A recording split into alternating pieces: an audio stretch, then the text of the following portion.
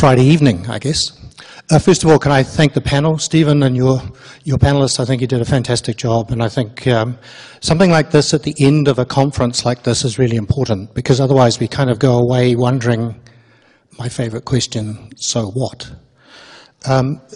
Just very quickly, because I've been listening in the panel since you came back from lunch, I'd like to make a couple of points, and then I'd like to just reiterate what I heard for the recommendations, because if we don't have so what, then this is a lovely 2 days worth of conversation and nothing happens.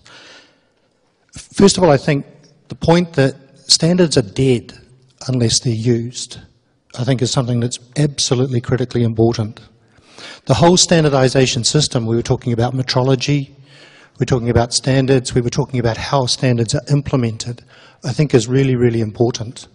And I think one of the questions that actually was asked almost right at the end, ISO will certainly go away and write a report, but if that report sits on a shelf and is dead, then that's no use. So I would challenge you as well. ISO is certainly up for the task of, or sorry, rather, Daniele is certainly up for the task of writing a report. But I would like to challenge you. I think, as Shirley said before, we are the converted talking to the converted. So what are the key stakeholders who are not in this room that we need to talk to? I think Eric talked about the C-suite, but if you don't have commitment from the top, then you're not going to go very far, very fast. The second point I'd like to make is around the implementation of standards. Many years ago, when I was the Chief Executive of Standards New Zealand, there was a devastating earthquake in a country offshore. And so my organisation reached out to the standards body in that country, and we have some very innovative standards in New Zealand around seismic events. And we said, would you like to use our standards? The answer was no, thank you. We have really good standards, they're just not being used. They're being bypassed by builders, they're just not being used. And so I think around standards and innovation, how can we make sure that what we do here is used, I think is really, really important. I think some of the other points made around the standards process, we need to innovate, but I think we also need to be realistic. We live in a world that's very complicated, that's moving very fast, and if we do not move fast, if we're not simpler and faster and better in how we do things as standardizers and those on committees, then we won't be here. And finally, I think the idea that the standards process is a neat process, it's not. It's a fight. It's a knockdown, drag-out fight within the committee, and I think that's good, because I think it reflects reality. And finally, before I come to my recommendations, I think this idea of national and international is very complementary. I think it's absolutely right, because I think that having innovation at a national level that can come to the international level, or internationally that can be put into the national level, is fine. Innovation is going to happen wherever it's going to happen. And I think we as standards organisations and as standardisers, I think that's really important. Just quickly on the recommendations, Daniele mentioned a list to start with, so he has those. You've added to that.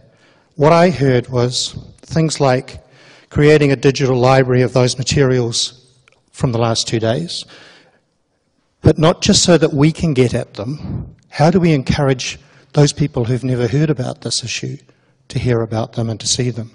I love the idea of stories. I think it's really important. If there are stories of innovation and you heard those over the last 2 days, that I think is a fantastic way of getting the point across. The outline of having a publication from today, a report from today, I thoroughly endorse. I think that's a really good idea. But who's the audience?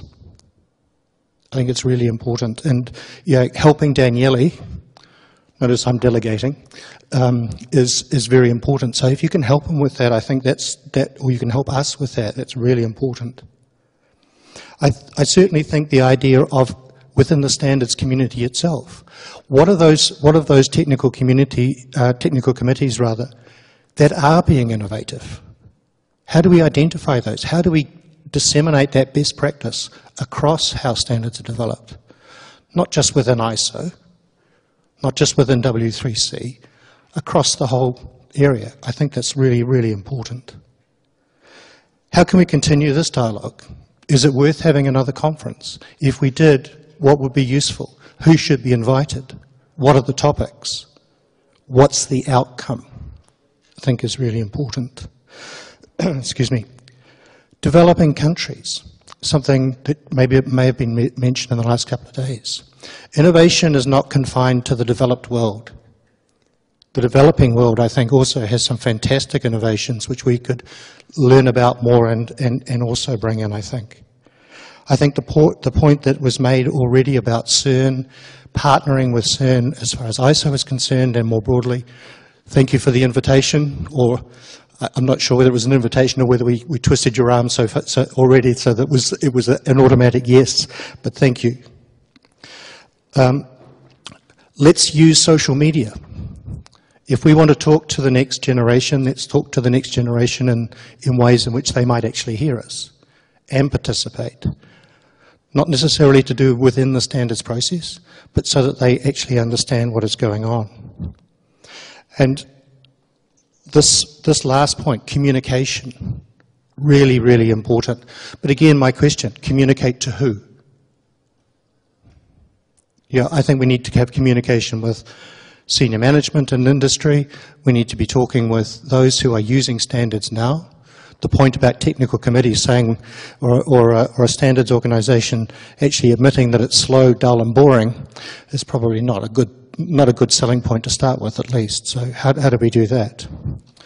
And finally, just to update you a little bit, what we're doing in ISO. In ISO, we've just launched a thing called the ISO Academy. Very fancy word, but what's the idea of that? The idea is to link research and development and standardization with training. How can we make that link? How can you help us make that link? How can we train national standards organizations, ISO members, to actually go out there and engage with those stakeholders? I think it's absolutely important. And certainly, how do we build the capacity of standards organizations around the world to engage and to work in this very strong link between standards and innovation?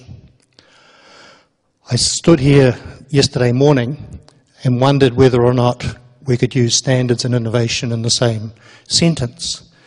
It seems not only that we can, it seems that they are joined at the hip now, given this conference.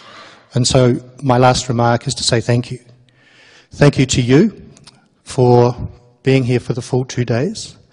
Thank you to the speakers, all of you, both from yesterday and today. It's been fantastic.